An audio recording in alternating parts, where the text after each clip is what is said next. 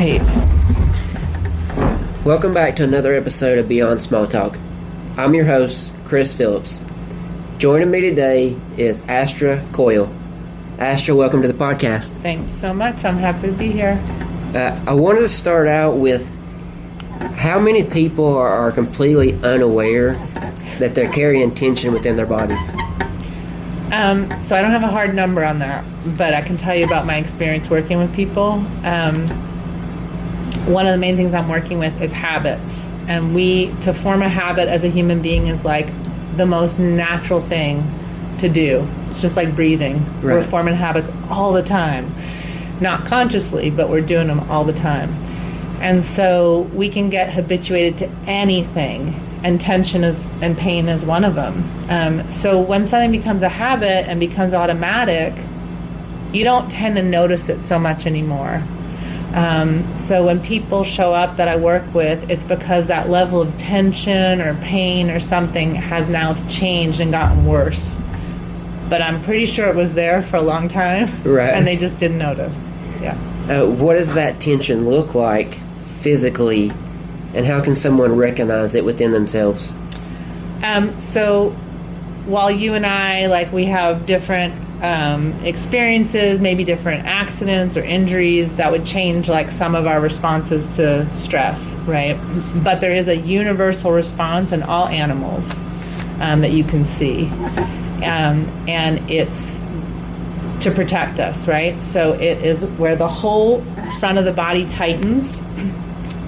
You can see it with a dog, if they're scared, how the whole front tightens. That's so your organs are protected, right? Because you need them to live. Your spine, your backbone is out. That can take a lot more of an attack or of anything, right? So you close up in the front, the shoulders come up and forward to protect the neck. When you start to tense up. Yeah, you tense up. That literally is like a protective animal thing, right? These come up, your head comes down and forward. The breath will shorten. It'll move mostly to the chest, whereas let's say breathing more fully down lower in your body is more of a relaxing kind of action. So the breath will get short, shallow, rapid. It'll be up here. You'll cave. Now I'm exaggerating it. Yeah. It doesn't look that.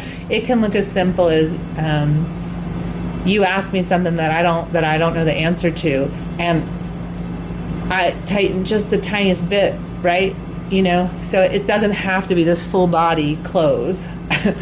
But it will start, and it's always in the front, that kind of thing. And with the breath is always an indicator of the stress level. Does it get more rapid or more shallow? Shallow. It can get more rapid, but not necessarily. Just definitely tighter and shallow.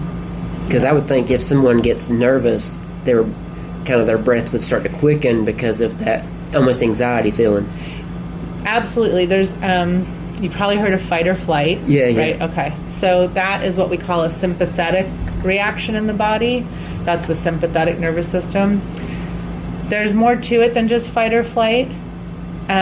So if I was a rabbit and here comes something after me, my breath might get really short and shallow, right? Or if I'm trying to play dead, I might almost try to stop my breath altogether. It's the same in humans, 100% the same, yes. The sympathetic, the fight or flight, is also like joy, happiness. It's like anything that gets your energy going up. It's not just stress.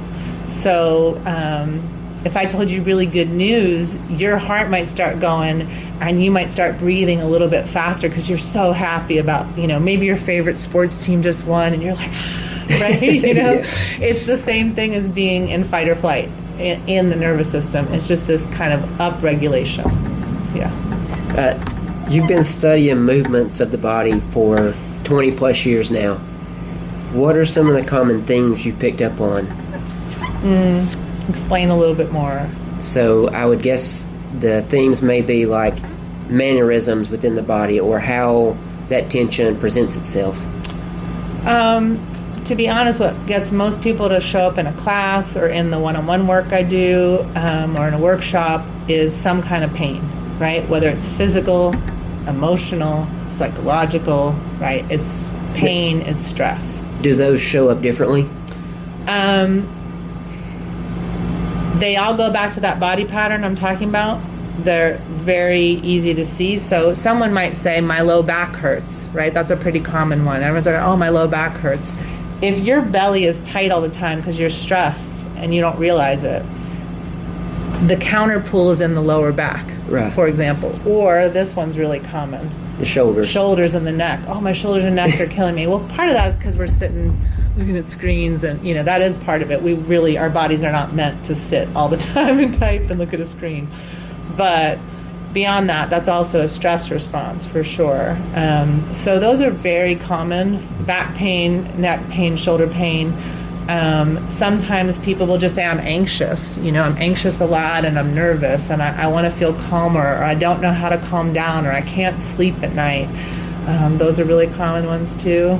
Well, I noticed when you were kind of going through, you used the word anxious. Mm-hmm. And a lot of times I think that when we put labels on things, sometimes we can actually make ourselves more of a certain thing. Mm-hmm. Yeah, well, especially with being anxious, actually. Yeah, because if I'm like, I'm feeling anxious, well, now I've put it in my mind that now I'm upset, sad, whatever adjective.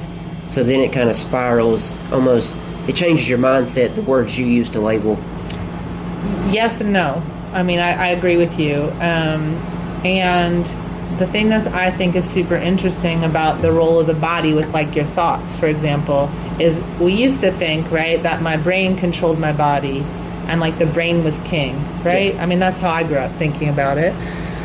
But what we now know is that the body can change the brain or your thoughts. It can change your emotions. Right. So right now, if while you and I were talking, I just dropped my belly and let it soften a little bit, right? It really does calm me down, like, dramatically, right? That's because in my nervous system, like, if I tighten it and I pull my belly in really tight and I try to sit up this way, it changes how I feel. I don't feel as relaxed, right? So we don't really know.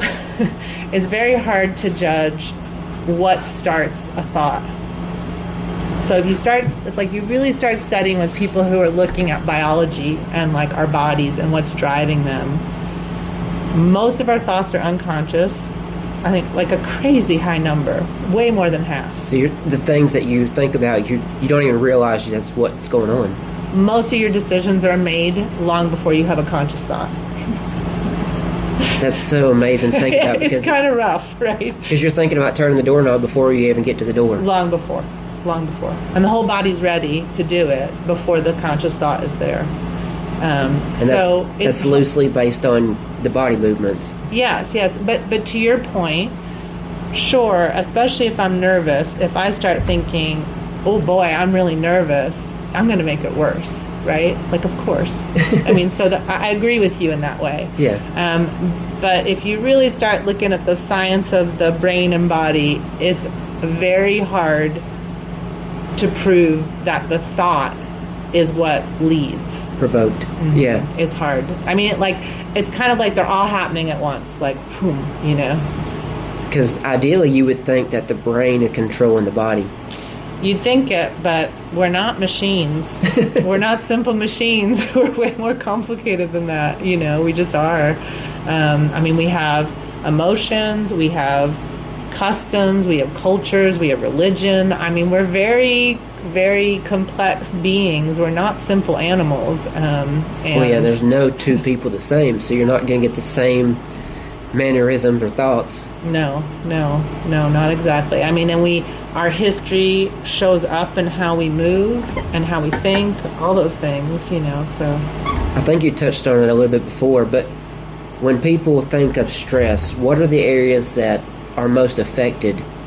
I know you talked about the lower back and some of the... Yeah, a lot of it, they won't feel it in their abdomen, but that's what tightens, is the belly. It gets tight, but they'll feel it more in their back because it's a counter pull that happens in the muscles to try to balance that out. But the jaw is a really big one, and, like, that's common. So you think about if a dog was going to try to scare you off, it's growling, it's showing its teeth, it's clenching its jaw, right? Like a big animal to scare another animal is like going to show its teeth and go, right? Yeah. We do the same thing. We just don't growl because we've been socialized out of it. We might think growling words, like we might think things. But so the jaw is a very big one for people. So a lot of people clench their teeth.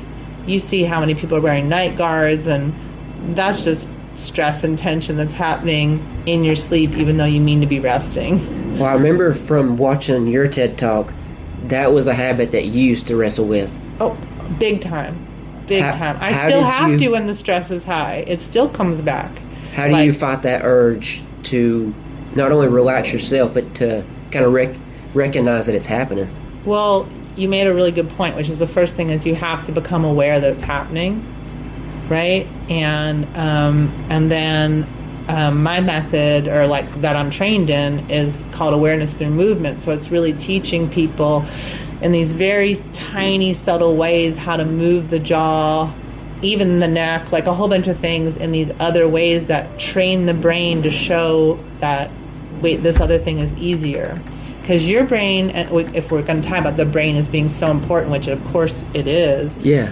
what it wants more than anything is to be calorically efficient. Elaborate. We're animals, right? If we were still hunting and gathering our food, the best thing to do is to expend the fewest calories possible, right? So if we had to fight for something or use a lot of energy, we'd want to do that, and then we'd want to relax afterwards, right? We wouldn't want to stay tense all the time. It takes too many calories, right? And we have a lot of food now, but we didn't used to, and we still have the same genes as our, the hunter-gatherers had, right? So we build habits super duper fast. And the reason we build habits so fast, because you had asked me about change, why change is so hard, is because our brain wants to automate everything as quickly as possible, because the safest thing for you and the safest thing for me is to repeat the past. Repeated behavior is the easiest. It's the easiest. It takes the least calories. It's so simple, right? But we want to change, right? We want to get better. Yeah, of course. But to do that, we have to make a concerted effort, because our brain is just trying to make everything automated. And that's why, people can be in some pretty bad situations that they want to leave or they want to change. And it can even be easy, if it's not you, to judge those people. But the truth is, it's just biology. If they can't see another way of doing things, or they can't figure out how to start to build that other way, it's the easiest thing, and everything in their body and brain is saying, just keep doing what's safe. Just keep doing what's safe. Unconsciously. The path of least resistance. That's why it's hard to change. It is. So that's what's that gives me a lot of compassion for people now that I've come to understand that, because sometimes you're like, well, why don't they just, Well, from the outside, it's easier to say somebody should do something from the outside looking in. Right? Yeah. Always. I wish everyone would give me that advice. Right? All the advice I have for everybody else, No, but true. And that's what's so hard, is that we just they've studied this in a lot of animals, and if they put food in the same place, how the animal will walk for it and whatever. And it's just weird, because we can buy our food. I mean, my kids hunt, but we can go. We don't grow all of our food. We don't hunt for all of our food anymore. It would take all day and all night, right? Well, it's not a requirement anymore. Right, it's not a requirement anymore. And so instead of taking that stress energy and directing it towards something that's really needed, we now have all these rules, all this stuff we're doing, all this whatever, and so we still have the same stress responses, but they have nowhere to go. Yeah. We're not hunting, we're not we're just not doing it the same way. So our bodies, we're still reacting like it's stressful, but instead it's that my boss is talking to me in a way that I don't want to be talked to, but I can't bare my teeth at him, or growl like I would if I had been, out on the hunt, or whatever. We've been socialized out of very natural responses for us. I'm not saying that's bad. Yeah. I'm just saying that we still have that same stress charge in our system, but we don't say anything to our boss, right? Because we want our job. Well, you talk about how, like, sometimes people don't understand how to, like, if their boss says something off the wall to them. I feel like sometimes in our emotions, we get caught up in the reaction versus responding. Absolutely. And that's where some of those nerves and emotions come from. Yeah, totally. Right, because we're just, if you're looking at the nervous system and the body and the brain, the nervous system being the thing that connects the brain to the whole body. Yeah. Right? The most important thing to pay attention to is what's dangerous. We are also wired for pleasure and joy and happiness and great things. But to survive, more of your brain is dedicated to looking around and being like, is there anything wrong? Than is there anything right? It's just a shorter pathway in the brain looking for the bad thing. So we have to train ourselves, like you said, to stop and be like, is this a good thing to react? Should I, or do I want to respond? Because that wiring is so fast to react, Being a little more vigilant. Yeah. Just like you've said twice now, it's just being observant of yourself, like noticing, taking a moment, take a beat, take a breath. Well, it's so hard in the world we live in because it goes so quickly. Yeah. But that was a perfect segue to the next question was, okay. Our brains are wired for survival. How does movement in our bodies influence what our brain perceives? So, if I have a chronically tight abdomen, let's say, because honestly, I was taught that was good growing up. Like, oh, hold your stomach in, shoulders back, right? Like, 10 and 2. Yeah, right. Okay. That alone, just pulling my lower abdomen in and tightening it, alerts my brain that something's wrong. It's like, it's a very old, it's just an old system, it's just our biology. So I can tighten my belly and I can literally change. What we say in my line of work is like, story follows state. So the state of the nervous system. If I pull I clench my jaw, I can very quickly change my mood and my thoughts, right? Same thing in reverse. If I let my jaw soften, or I notice that it's tightening and I think, no, just like not now, this isn't the place for it. Right. Or I let my belly softer, then, oh wow, I feel different. Like I'm not as reactive. I coach professionals who are running huge meetings, right, about how to work this to their advantage. Like, we need a certain amount of stress to perform. We all do. I'm not real super calm right now. I'm not like the calmest, I'm pretty calm, but I'm not like, if I was too calm, we wouldn't be, Well, you need a good level of stress to make you want to do the thing. That's it. And it's a matter of finding the balance for you. Like, so most of us are overly stressed. We just don't turn it off ever. Even when we mean to go to sleep, we're grinding our teeth, clenching our jaw, even when we're sleeping. Which translates into our body. It's a very good indicator that there's some problem there. and it's a real common one. That's why I'm bringing it up. Just that you're more stressed than you're probably consciously aware, and you've just gotten used to the level of stress that you're operating in. But it sounds a lot like a lot of internal translates to the external. That's a good way of putting it. Yeah. Without being aware. Right, and that's that story follows state thing. The internal state of you literally changes how you perceive the world. So if I had a particularly, something that was particularly challenging in my life, it's very easy to then go around looking, you literally keep looking for that problem. That's my brain trying to keep me safe. Is that problem here? Is that problem here? Right? But it stinks to live your whole life like that when the problem's long gone. Right. That's the work. You're not leaving the the fight or flight stance, Right. which You is got it. keeping you Yeah. real hunched up. That's right. And you can do lots of things. You can tell yourself, I know I'm fine, or I know that that's in the past. And that's what it's, your brain doesn't care. You can keep telling it that, keep telling it that. But if your body is still poised and your nervous system is still acting like there's a threat, like there's a problem, it's just what'll keep happening. So what are you doing with clients to help break those techniques or within the those body? habits. Yeah. So there's like two main ways that I do it, that I'm trained in doing it. So one is called awareness through movement, and that's where I'm like verbally directing people in a room through a series of small, really subtle movements. They're not random. They have something to do with an everyday function of our body. Okay. It's real gentle, it's real simple, because your body and my body and brain loves to like create these habit chunks.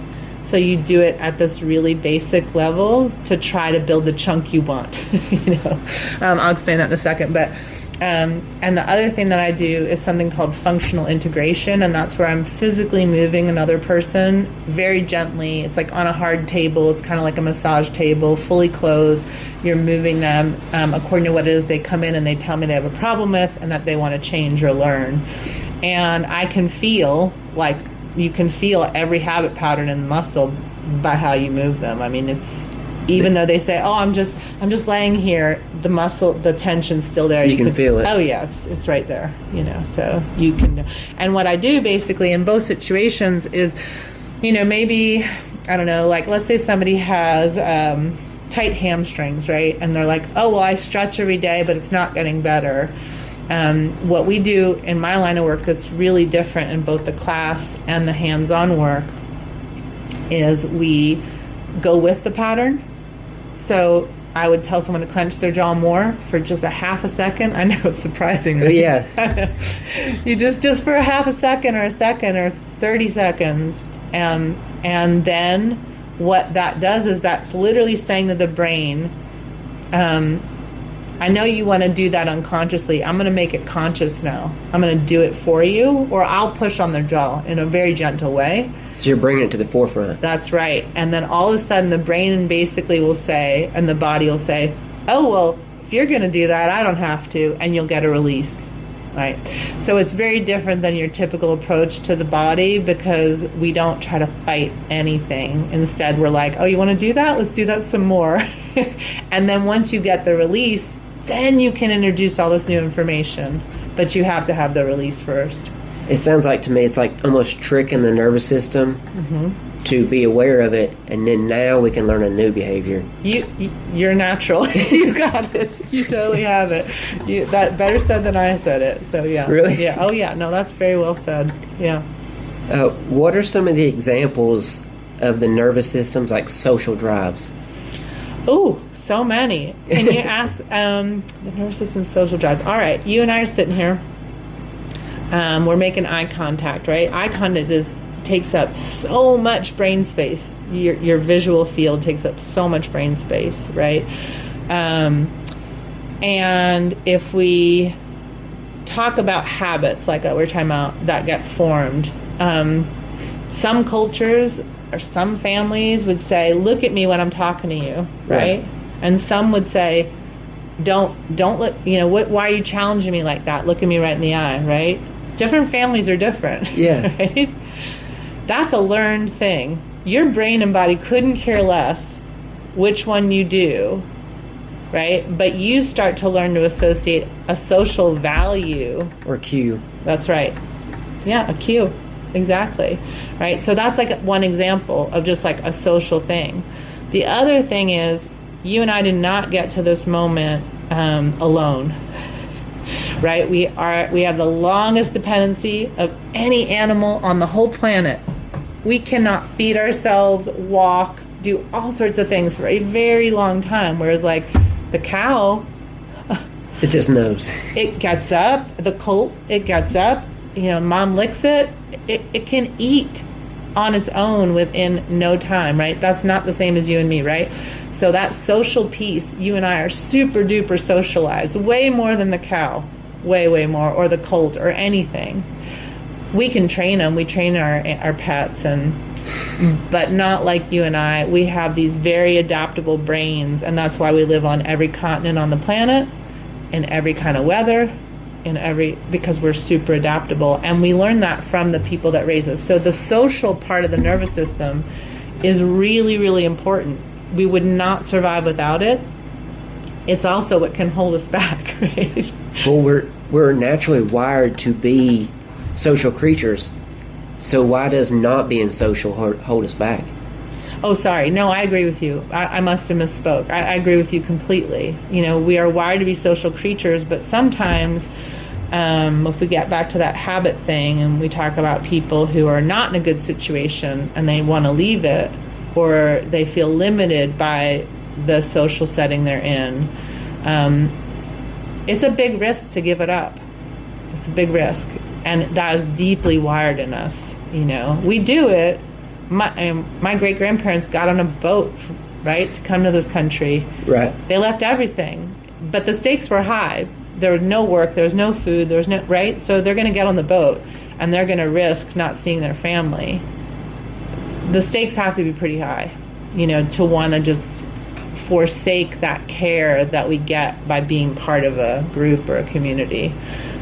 We want to be around, but I guess what I was asking was, what are some of the effects it might have to not be the thing that we're wired to be naturally?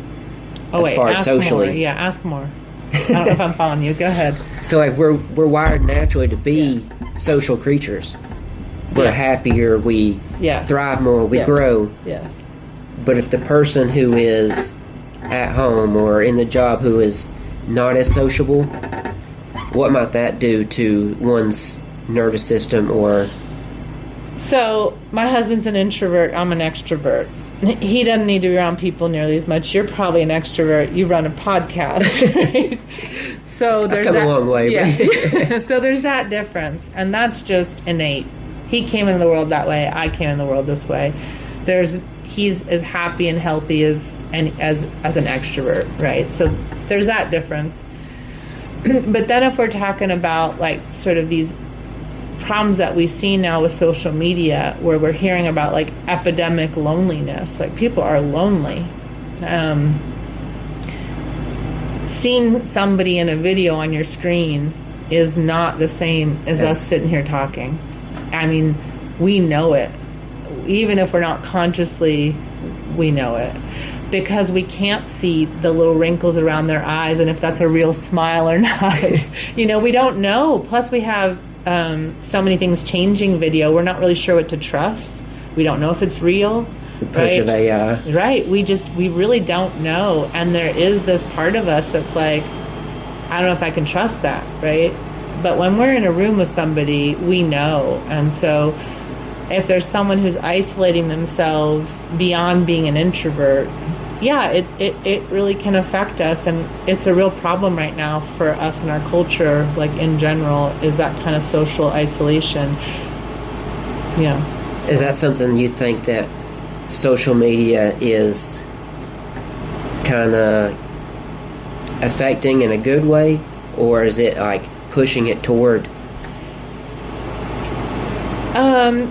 I don't think there's a real quick answer to that. It's kind of a catch-22, right? But yeah. Yeah, I mean, I'm grateful that I could find my elementary school friends on social media who I'd lost their phone number. You know what I mean? Like, it's a nice way to be in touch. But if it's the only way that I'm interacting with others, that's not healthy. And because in a female body, with estrogen, we are more wired for noticing social connection than a male body with higher testosterone is. Not that men are not, they are, but it's different because we give birth, and to feed a baby and all those things takes noticing their fate, so the brain is way more activated for that social connection in women until a certain age. And actually the wiring remains until death. Like they've done imaging on brains, and if a woman has had children and raised them, her brain is rewired permanently from that experience for the social aspect. Huh. It's pretty wild. I'm sure men's is as well.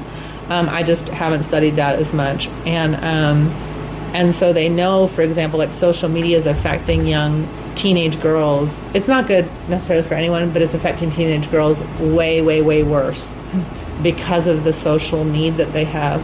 Yeah. I didn't think that we would be here during the conversation, but so what do you think that shows like Love Island or all these, like The Bachelor, what is that doing to the ideology of like dating for women? Oh gosh, I don't know, because I don't watch them. So I'm not a good person to answer. But I think we always have wanted to be entertained, right? As long as humans have existed, we've had some form of entertainment, right? Theater, whatever it was, singing, music, dance. So in some ways I'm like, oh, it's just a form of entertainment, right? I mean, I watch Netflix. But in terms of how it's impacted them, all I can say is that our habits, if we think of a habit as a thought, a sensation in the body, an emotion that we have, and a muscular contraction, you literally have no thought or emotion that doesn't have a muscular contraction that goes with it. You might not be able to see it, I might not be able to see it, but it's happening. Whether it's your cells moving, your blood pumping, something's happening that's muscular. So every thought, emotion, sensation, and movement forms a little, like we call it a chunk, right? It's like a little habit ball. Yeah. Right?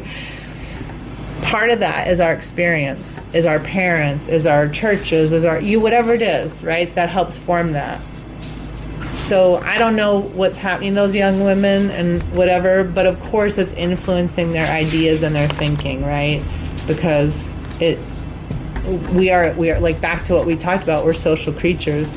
We are influenced by our friends, by our family, by our schools, by our experiences, and I'm sure by what we watch on TV, you know? I feel like it almost gives like a false either hope or persona for how women should be acting or carrying themselves. Yeah, I'm sure. I'm sure it is. I doubt it's easier on men either. I don't know that it is, but you know, that's the truth of like all pop culture, right? It's not reality. Right. a false reality for entertainment. Yes. We often show compassion and grace to other people, yet we are our own biggest critics. Why do you think that is? I think that we've got an inside view of ourselves, right? We know every decision we made, every time we didn't, let's say, do the best thing or try as hard as we could have or whatever. And we don't have that inside view of other people. Even the people we know and love very dearly, we don't necessarily know exactly what it was like to be them in that moment. So I think it's easier to give them grace than to give it to ourselves because we know a little too much. Right. And the second thing that comes to mind is just depending again on where you grow up in the culture. You know, some of us were taught that to be like hard on ourselves equaled discipline, right? That meant you were a disciplined person. Right? But that's not necessarily true. I mean, it could be true, but it's not necessarily an equation for every human. So I think it just also depends on what you were taught and how you think about that stuff. Yeah. I mean, is it easier to give ourselves grace if we know circumstantially? As far as like, because if you look, we talked about it earlier, but like from the outside looking in, you don't know all the outcomes. But our own, when we internalize stuff, we know, hey, you could have done more. Exactly. You should have done less. Yes, I agree. I mean, that's what I would say. Yeah, I just think we've got too much information about ourselves, right? So we're a little bit harder. Yeah. I know we haven't touched on it yet, but I wanted to touch on self-image because so much of our habits and our mannerisms develop our self-image.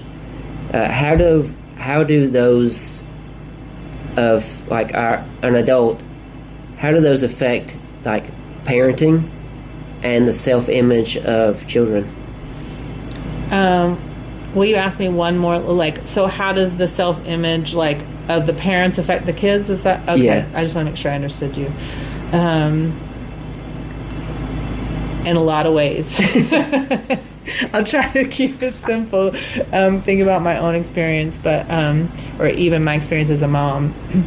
So when my children were born and I'm holding them, one of the first things they're doing is truly reading my face.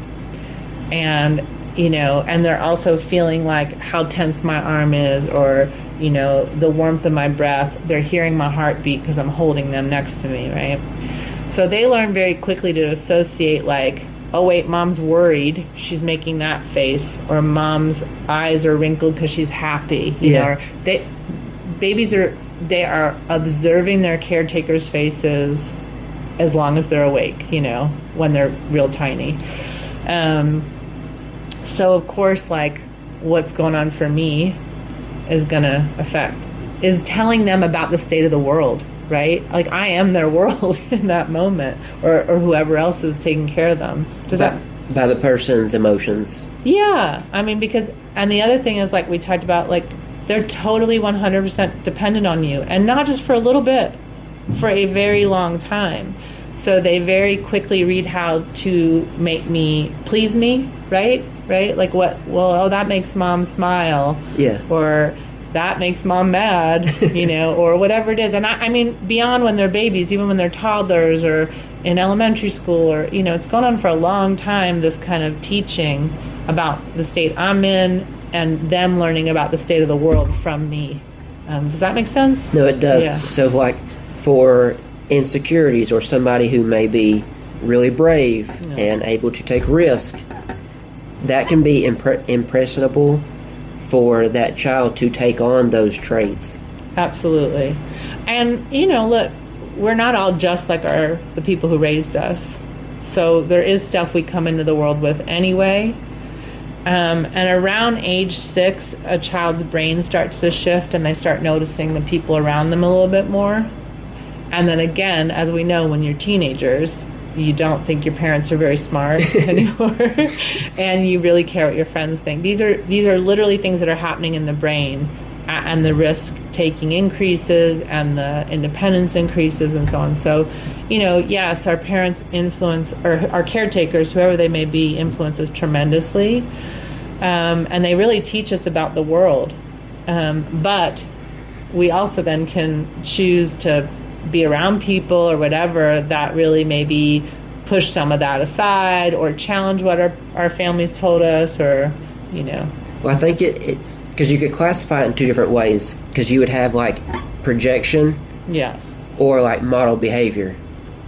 And I think it's more on the right side, the model behavior, that would translate into like some habits or traits that they pick up, sometimes better or for worse. Right, exactly. So I mean, and also you start to figure out as a kid, like, are my caretakers successful in the world, or do I not want to be like them, right? Like, you start noticing, like, well, when so-and-so gets really angry, that leads to this thing that didn't really work very well. You're observing all of that, and you're trying to, like, figure it out and make sense of it. But I would say from my own experience with myself, it's pretty humbling how much in my case, my parents influenced my view of everything very unconsciously. And that's the case for most people, that whoever raised them really influenced them. And I think the work of being an adult is being like, do I want to think that? Do I want that anymore? Do I want to think that way anymore? Is that really still true today, given the current society? Is that still something, and kind of deciding. But I think that's something, like you pointed out many times, you have to observe it, you have to be aware of it, you have to kind of question it, not react, So A lot easier said than done. A lot easier said than done, but you certainly can do it. We touched on it too earlier about labeling. Yeah. Why does identifying with or labeling ourselves increase the likelihood of becoming the person that we desire to be? So that is something I learned from a scientist named James Clear, who studied habits a lot. He wrote a couple books on it. The Atomic Habits. I think I have that. Okay.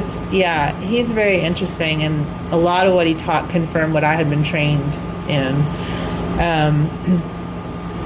So if we go back to that chunk: thought, emotion, sensation, and movement, right? The thought could be like an affirmation, right? But what James Clear shared many studies about was, and this goes back to your self-image thing. Actually, this loops all together perfectly. If I say, "Oh, I'm going to eat better. I'm going to eat healthier," you'll have to look at the book and help me and come up with the numbers, but your odds of changing are fairly low.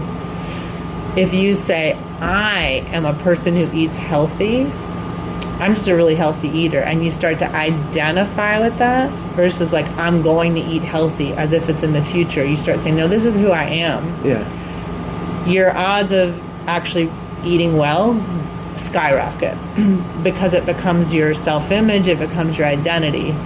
For it to really be your self-image and identity, you have to do the action. Right. You can't just say it. And that's where things like affirmations can fall flat. If you're just in your room telling yourself stuff all the time, but you're not taking the action, it doesn't become part of your brain's self-image of you.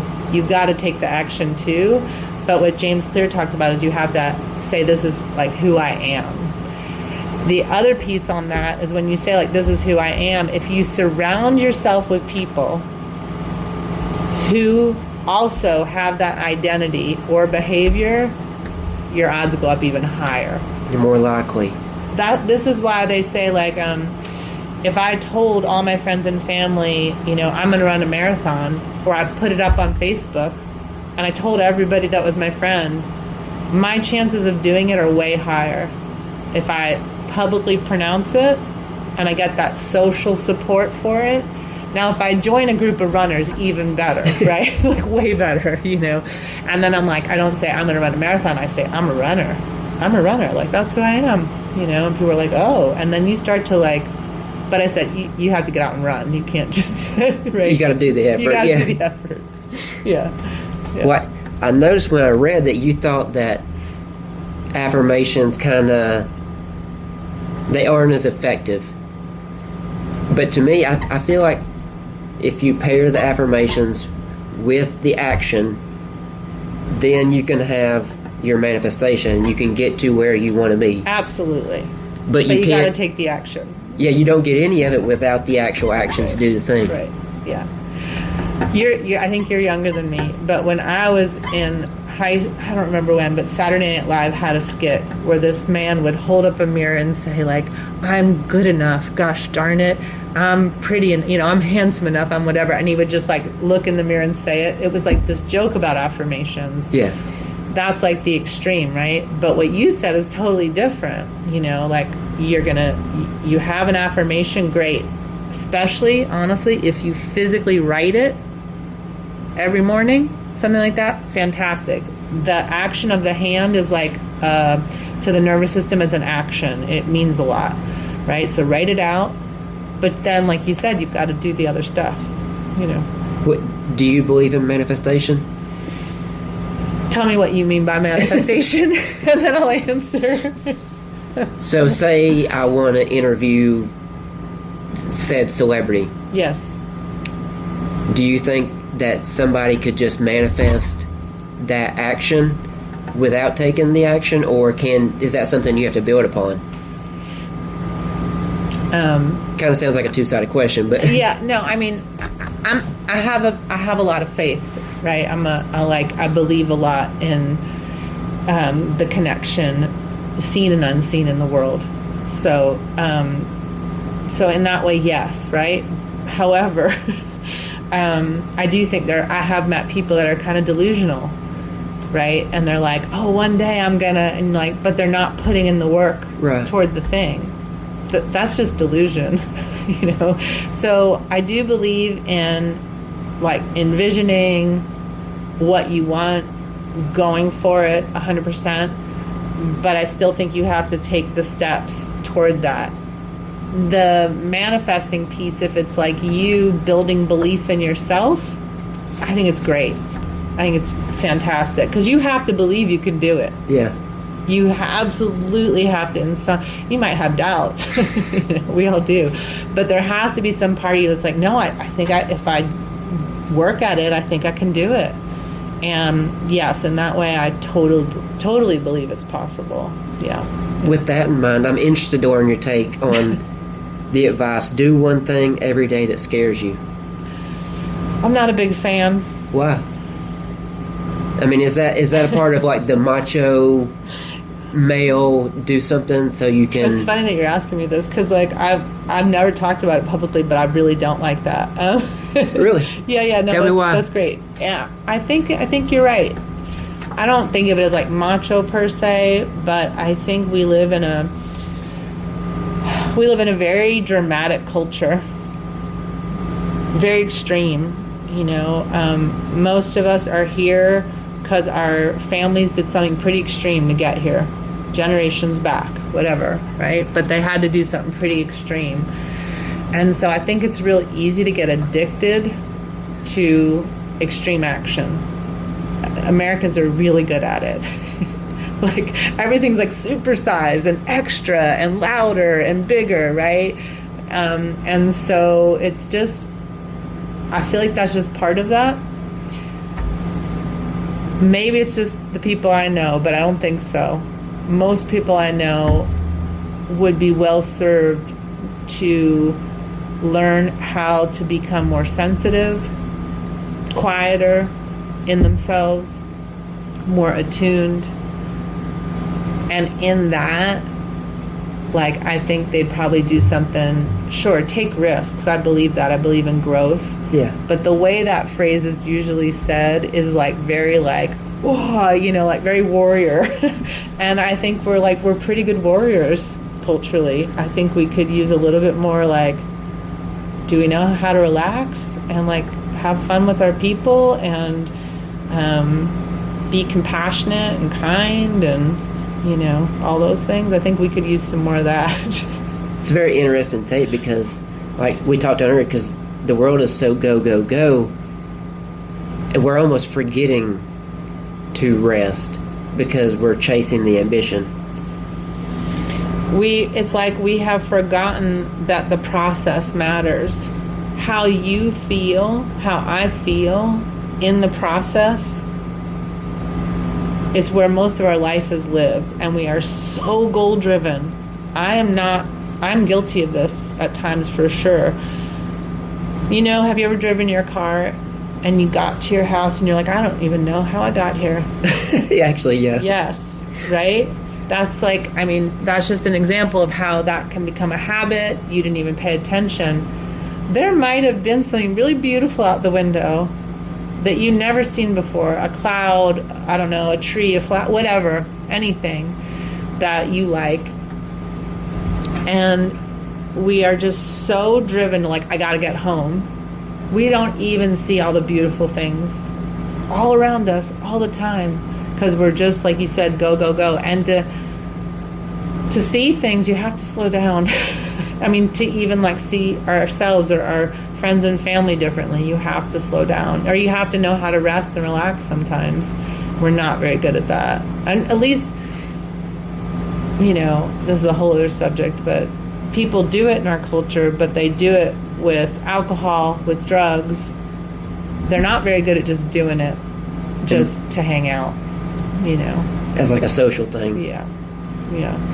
Well, I feel like, though, there has to be times and periods where if you don't keep your foot on the gas, then you either won't reach the thing or somebody's going to pass you up because you're not doing enough. Sure. That's the American way. This is not the whole world. That's the only point I'm bringing up. Like, this is our culture, but the whole world is not like that. And part of it is, you know, I mean, you just have to think about how our country was founded. It was like, well, is it possible? Let's try this, right? Like, and that's still in us. Like, that's still very much in our thinking. It affects us. So I agree with you. We're definitely a culture that's like, well, let me find out if I can do it. Yeah. Right? You know, that's Let me how push we the are. limit. That's why we went to the moon. Do you know what I mean? Like, that's kind of that's very much our culture. But it doesn't mean we're good at kicking back when we could, you know. I think I have trouble with idle time. I feel like I'm not doing enough if I'm like too calm. I feel like I should be doing more. Yeah, I can see that. I understand. I mean, I was very much like that. I think it's okay if it's working for you, right? I mean, as long as you like it and it's working for you, great. You know, it's just a matter of. My mom's 83. She works. Yeah. She does not want to not work. She is very much like that. I get it. Like, I'm not saying that you have to be another way. There's no prescription for the good life. Right. You know, I don't know what it is, you know, I mean, but if there's someone who's coming to see me and they're like, I can't sleep, I'm grinding my jaw, you know, that's different than you saying, I want to go get this. You know, my 15-year-old is building a tiny house right now by himself. Really? Yes. And he's like riding his bike 40 miles, building this tiny house. He does not rest a lot, but he loves what he's doing. So it's not like there's no prescription, you know. He's happy. I applaud him because, I mean, most 15-year-olds are in their bedroom playing Fortnite. Yeah, he is not. But I mean, that's kind of the traits of someone you can tell that's going to be going somewhere. Yeah, I don't worry about him. I don't worry about him at all. Yeah, no. So I agree with you, you know, like if there's things like you do this podcast, I mean, you don't have to do it, right? That takes ambition. That's a great thing. I mean, I don't know, ambition and passion, like for life and learning new things. I'm all for that. I just mean that most people are a bit more stressed. Yeah. And I do think overall, maybe not you at all, but people can have, you know, millions of dollars in the bank and think they don't have enough. People can or feel like they have to work harder, they have to do more. It's very like that becomes automatic, right? So it can be very hard to learn to be like, you know what, I think I'm good, you know, like. Or whatever. Maybe I want to learn how to do something that doesn't earn me money, you know, because I have enough money or whatever. Like and a now, passion project. Yeah, or I want to go volunteer. Or I want to, you know, so I'm not saying, I really, like, I mean it. I don't have the formula for anyone else's life. I just know what people come to me with that they're trying to change, you know, yeah. Well, I noticed that you often plan some retreats that you started, but you plan them in the January and like winter months. And I was trying to figure out why you decided to plan your retreats in that time period. Because on the other side, most people want to retreat in the summertime. Yeah. So to be fair, I do spring retreats too. Okay. However, the reason I love to teach a winter retreat, I did one here last winter, is because I mean, nothing grows all the time, right? I don't know. Do you have a garden? Or do you? My wife does, like, Your tomatoes, wife does. but... Okay, so the tomatoes are like, they've got a season, right? That season ends. You know, humans are like, for some reason, think that we can grow all the time. Meanwhile, nothing around us grows all the time. Things have periods of rest, dormancy, right? Winter is a really natural time to like take a little bit more like rest, especially after the holidays when things are like you've eaten too much, you know, maybe you're really stressed from your relatives, you know, whatever it is, right? So I like winter. It's a good time. I'm not a big like set New Year's resolutions person, but it's a really good time to turn inward. Yeah. Because if you look around seasonally, everything else is too. It's going quiet. It's just a good time to get quiet. Read your books, sit by the fire, do a retreat, whatever it is. I mean, still, we all work and we all do those things, but we don't have to go to a barbecue in the winter. You know, not typically. right? You know, so it's just a good quiet time, and it's an easier time to be self-reflective because of that. it's just an easy match. So, and it's just, I love that time of year. So yeah. And then, people set resolutions, and they also tend to set aside time for themselves that time of year to kind of reflect and look at their life. So it's a nice match with the retreats that I teach. Yeah. Elaborate on some of your retreats. What are they based on? They're based on my work in the Feldenkrais method and other modalities that I've studied. But usually I take people, help them like tune in way more deeply to their body and their sensations. And then from there, like as you start to unwind some stress patterns or whatever, then start to see like, okay, now that you're like very even and quiet but not asleep, what are some of the things you want to build towards, and then helping them learn how to build toward that. Yeah. As far as in the coming year. Oh, in the coming year, I think I'm going to do one. Well, this winter I'm looking at one, and then in the spring I'm thinking about doing one that has a very different, like action-oriented kind of theme. So it'll build on the winter retreat, what I just described. Yeah. And then we'll take it more like, okay, well, here's the build into the actual action, not the internal looking, And so I'll teach, awareness through movement lessons like I do. I do some dance with people, actually, things with music, and we do different writing exercises, all different things, just depending on what the theme is and who comes and what they need. Yeah. You brought it up, I can't get my words out, but so what do you call it, when at the end of the year when you make your new the resolutions. Yeah. Mm-hmm. Do you think those are effective for most people? Because I noticed you said you didn't really believe in them. I don't do them much. This kind of goes back to the affirmations and the self-image piece. So they can work if you're ready to do the work and to change your identity and to take the actions, sure. For me, because winter, I tend towards a little bit more quieter life in the winter. Yeah. It's not the best time for action for me. Because it's more reflective. It's a more reflective time of year for most people I know.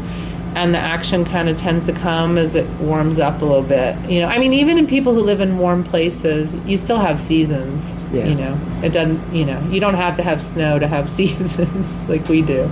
But, Astra, thank you so much for coming on. Yeah. How should people follow or keep up with you? And what do you have going on coming up? Coming up, I'm going to locally teach a weekend workshop that'll be movement, and actually a lot focused on dance, but not choreographed dance.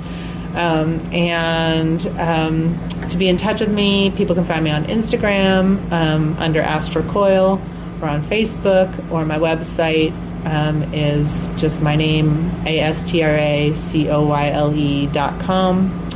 And then I have a talk on YouTube. I did a TEDx talk, so that you can find me there too. Yeah. Go check out Astra's TED Talk. It was in Asheville, North Carolina. That's right. Really spectacular talk. Thank you so much. Thanks for watching it. I appreciate that. Thanks for coming on. Yeah, thank you.